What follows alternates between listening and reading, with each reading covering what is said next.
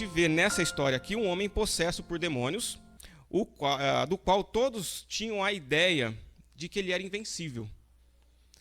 O fato dele estar possesso por demônios deu a impressão para aquela comunidade, para aquela região, que ele se tornou invencível. Não dava para vencer aquele homem. Então, a gente começa a perceber aqui alguns paradoxos ou alguns problemas da vida que elas aparecem fora do ambiente da igreja. Um desses problemas, e isso a cena ela ressalta, o homem que todo mundo falava que era invencível, quando Jesus chega, ele não enfrenta Jesus. Ele não tem essa ousadia de enfrentar Jesus mesmo, todo mundo falando que ele era invencível. Ele não ousa enfrentá-lo de uma forma direta. Então vamos pensar nessa cena e se coloque no lugar dos discípulos. Você levou Jesus para o outro lado do mar, e você chegou do outro lado do mar, e você está vendo tudo isso acontecer. Nesse texto, a gente percebe dois problemas da vida, ou dois paradoxos da vida. O primeiro deles é aquele homem que clama dia e noite, ou em algumas versões de algumas Bíblias, vai estar grita. Ele gritava dia e noite por entre os sepulcros. Ele gritava por causa da vida que ele tinha, mas ele não saía, ou ele não deixava a vida que ele tinha. Esse é um problema da vida. As pessoas têm um problema, reclamam do problema, gritam pelo problema, mas não deixam o problema.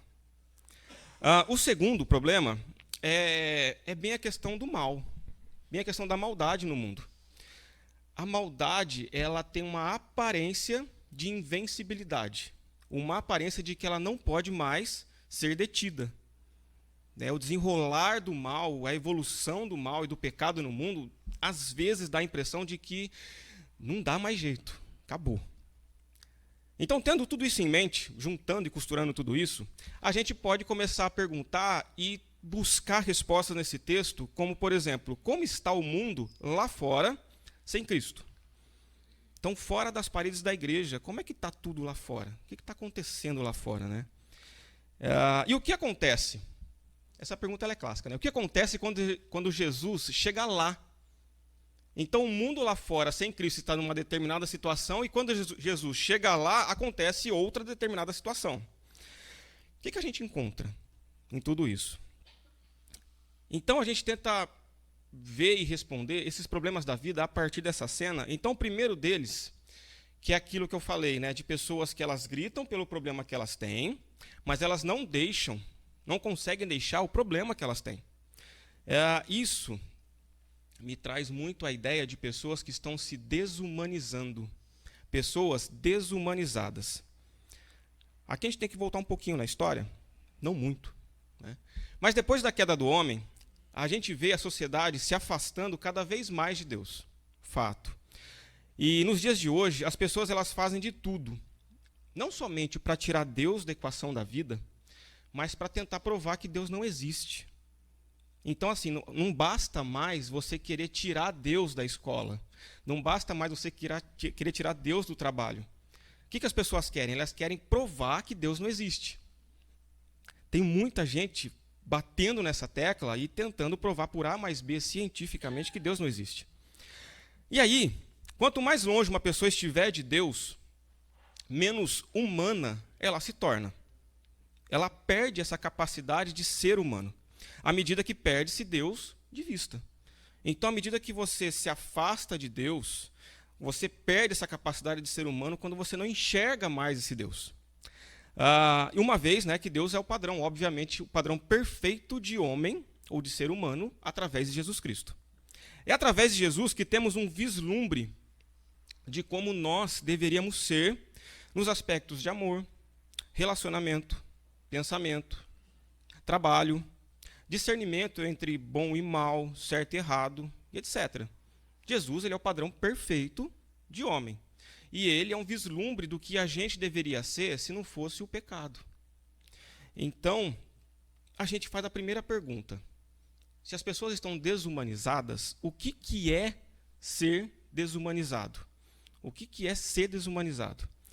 Ser desumanizado é quando uma pessoa não tem a reação que Deus teria frente a uma determinada situação. Então, quando uma pessoa não reage como Deus reagiria àquela situação, então isso demonstra e é um indício de desumanização. Por exemplo, Deus abomina o pecado. Se Deus abomina o pecado, eu também tenho que abominar o pecado. Aí, se dentro de mim há uma permissão, ou se eu dou espaço para pensamentos pecaminosos, esse pensamento pecaminoso não está mais no padrão de Deus. Então, se não está mais no padrão de Deus, não se parece mais com Jesus. E se não se parece com Jesus, não é mais humano. Entende a cadeia? Ou entende essa descendência, esse buraco que as pessoas estão entrando? As pessoas vão permitindo que a sua mente tenha pensamentos pecaminosos. E esses pensamentos não estão mais no padrão de Deus. Eles saem daquilo que Deus tem como padrão perfeito.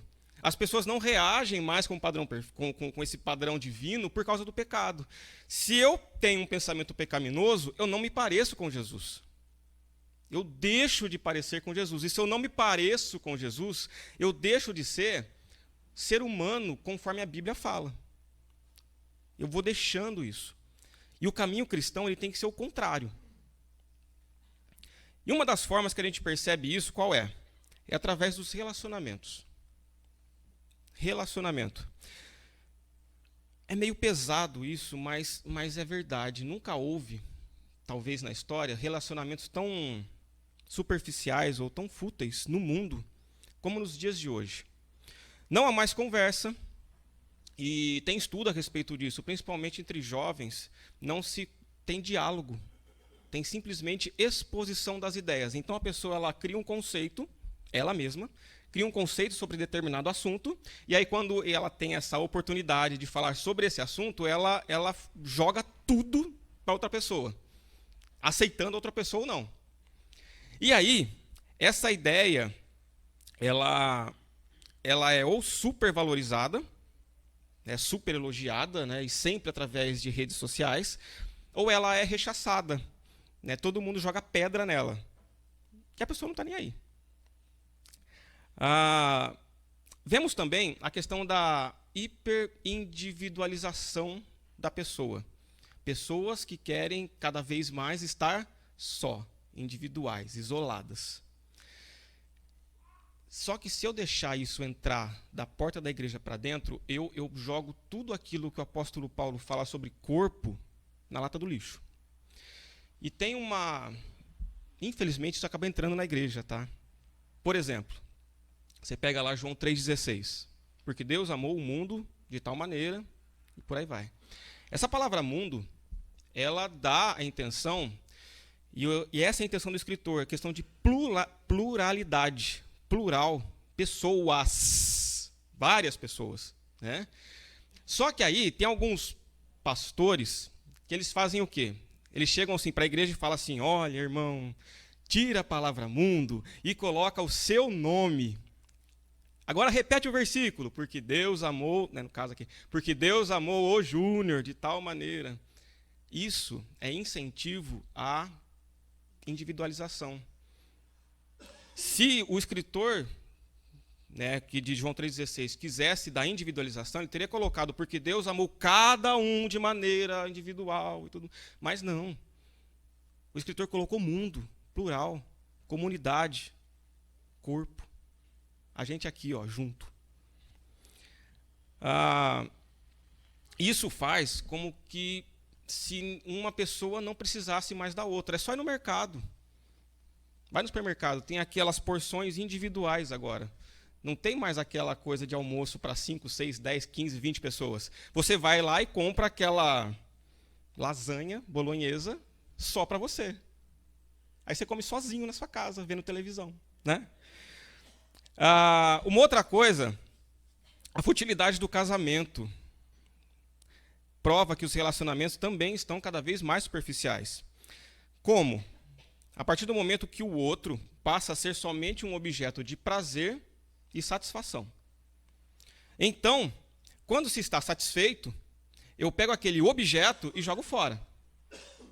Então, me satisfez? Tá bom, agora joga fora. E se eu não estou satisfeito também, eu jogo fora. Os dois lados valem.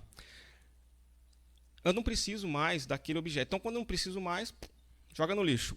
Outra coisa, filhos. Filhos, abandonam-se crianças nas latas de lixo como se fossem brinquedos com defeito. É só ligar a televisão, gente. Só ver jornal um pouquinho que você vai ver isso daí. Isso se essa criança der sorte de chegar a nascer.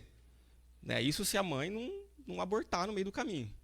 E está muito incentivado isso. Sabe esse papo de meu corpo, minhas regras, essas besteiras e baboseira que estão pregando por aí. E pessoal, um monte de gente apoia. Então, é basicamente nos relacionamentos, se a pessoa não quer mais, eu jogo fora. Eu pego aquele objeto e jogo fora, como se tivesse um defeito, ou eu pego aquele objeto e jogo fora depois que já me satisfez. Só que o problema é que não é o objeto que eu estou jogando fora, eu estou jogando fora uma pessoa, sentimentos. Então, a gente percebe que os relacionamentos eles estão quebrados, assim como o endemoniado da história. O endemoniado da história, ele se afastou do convívio dos familiares, ele se afastou do convívio da comunidade, e óbvio e claramente se afasta do convívio de Deus. Ele vai se afundando. E ele vai se isolando dentro de um mundo criado por ele mesmo, um mundo que os demônios o escravizam. Assim é com as pessoas, com a maioria das pessoas no mundo de hoje. As pessoas estão se isolando dentro dos seus próprios mundos. Elas deixam relacionamento com Deus, deixam relacionamento com a família, deixam relacionamento com as pessoas, de uma forma geral, e ela se fecha no seu mundinho. E essa é uma das características da ação do maligno. Quebra de relacionamento e isolamento. Isso não quer dizer uma pessoa introvertida. Uma pessoa introvertida, ela pode estar em relacionamento com outras pessoas.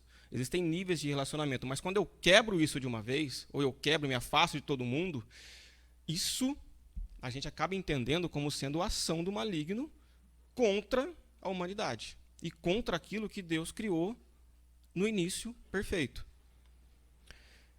E quando que eu me torno desumanizado? Eu posso me tornar desumanizado? Posso. Quando? Quando eu olho para tudo isso e eu falo, é assim mesmo. Me torno desumanizado quando? Quando eu olho para tudo isso e falo, é assim mesmo. Não é. Não é assim mesmo. Não é assim mesmo.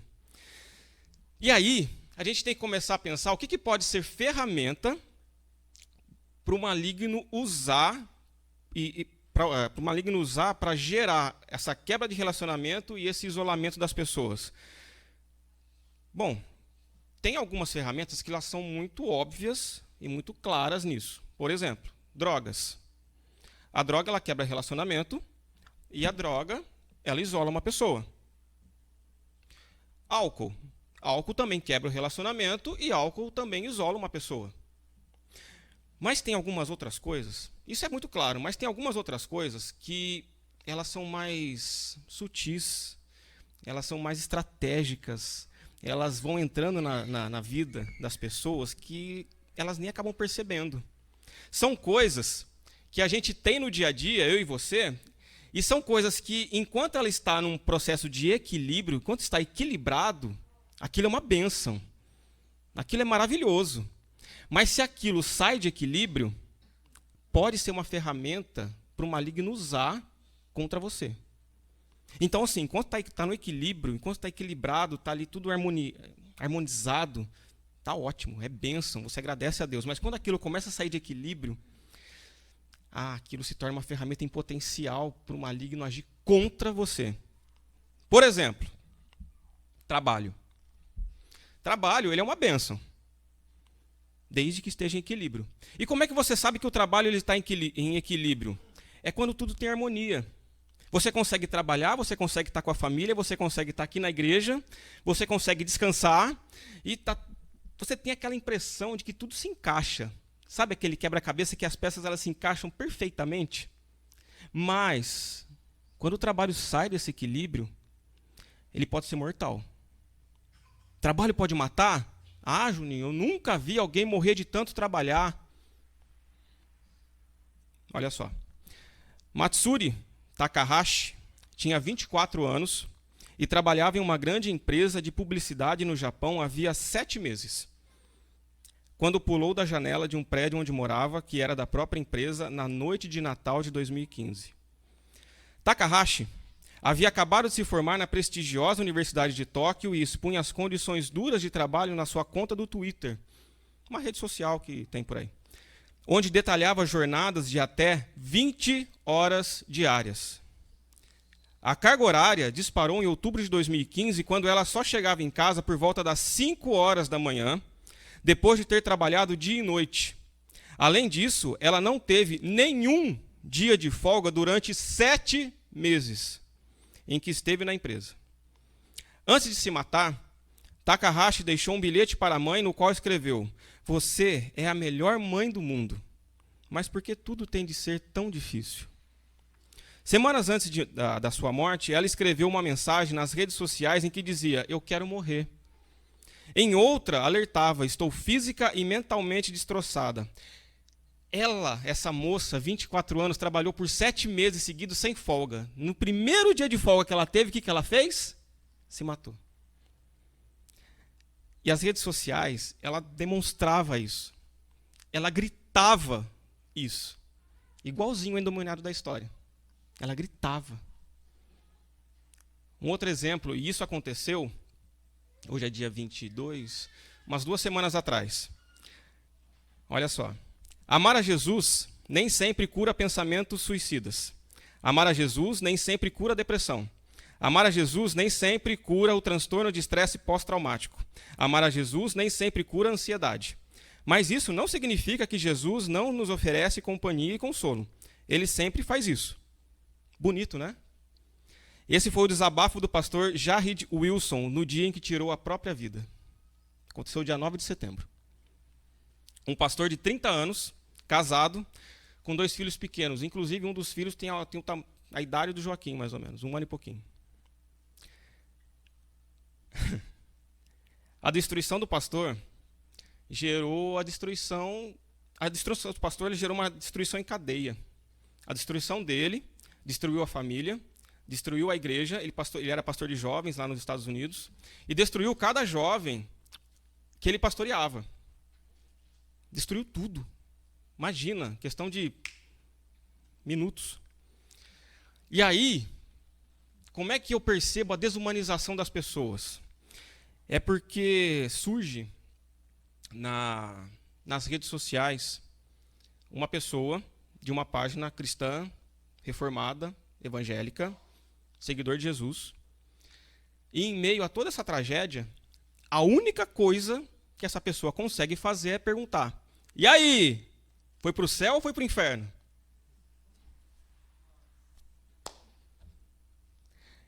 Em tempo.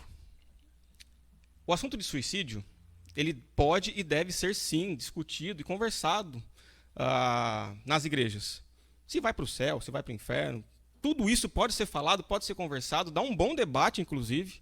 Você encontra alguns bons debates, algumas boas conversas na internet. Mas não agora. Tem uma família destruída, tem uma igreja destruída, e a pessoa que ela se diz seguidora de Jesus, a única coisa que ela consegue perguntar é isso: se a pessoa foi para o céu ou se a pessoa foi para o inferno. Sabe o que me lembra?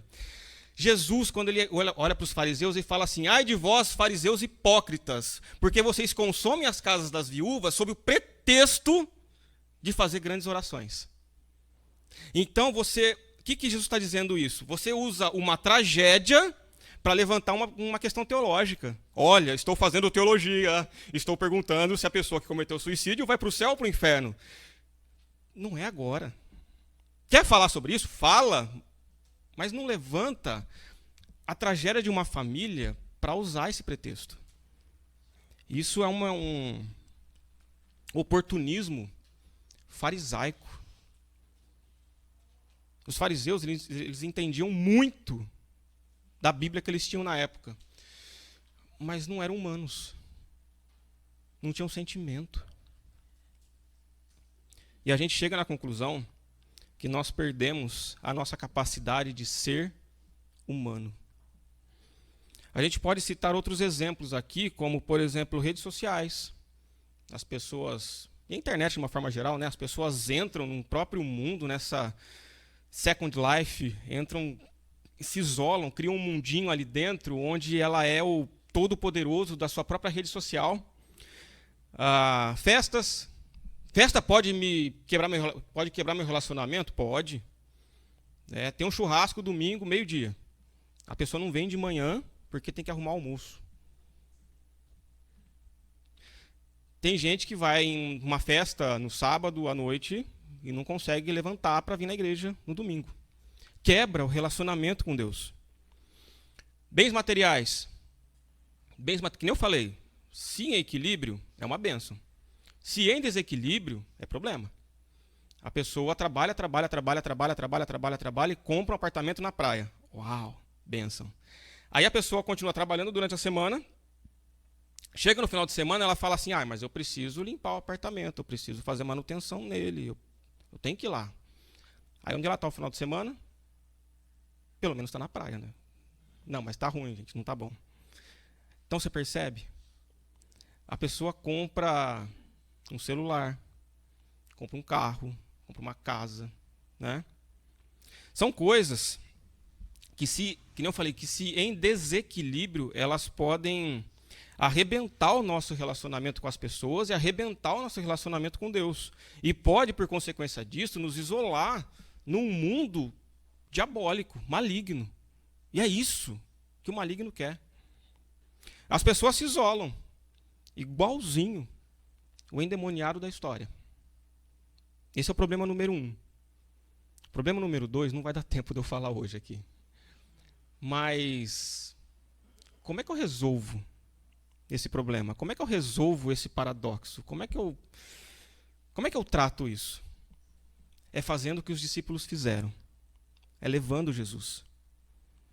Como é que as pessoas conseguem se libertar desse mundo que eles foram condicionados? Levando Jesus. E como é que você leva Jesus? Você vai trabalhar amanhã, você vai levar Jesus amanhã para o seu trabalho. Você vai para a escola amanhã, você vai levar Jesus lá para a sua escola. Você vai para casa daqui a pouco, fazer almoço. Eu vou fazer almoço. E você vai levar Jesus lá para a sua casa. Para onde você for, você precisa levar Jesus, porque é talvez levando Jesus, e nessa oportunidade, que alguém vai se libertar do seu sofrimento. Na história que a gente leu, a gente viu isso da última vez. Jesus podia ter ido sozinho? Deixa que eu vou. Ele vai andando sobre as águas. Ele podia ter feito isso? Podia. Inclusive, tem outra cena que Jesus anda sobre as águas. Jesus podia ter ido sozinho. Largaram todo mundo e falaram assim, eu estou indo, eu vou. Mas não. Jesus deu a oportunidade para os discípulos levarem ele para o outro lado do mar. Jesus não precisava disso. Mas Jesus deu um privilégio. Jesus nos dá esse privilégio nos dias de hoje, de levá-lo para algum lugar. Cabe a mim e você dizer sim ou dizer não. Leve Jesus, não perca essa oportunidade e esse privilégio, porque Deus pode usar você para libertar uma pessoa do sofrimento. E o impacto dessa liberdade você não pode calcular. Deus abençoe a todos. Amém.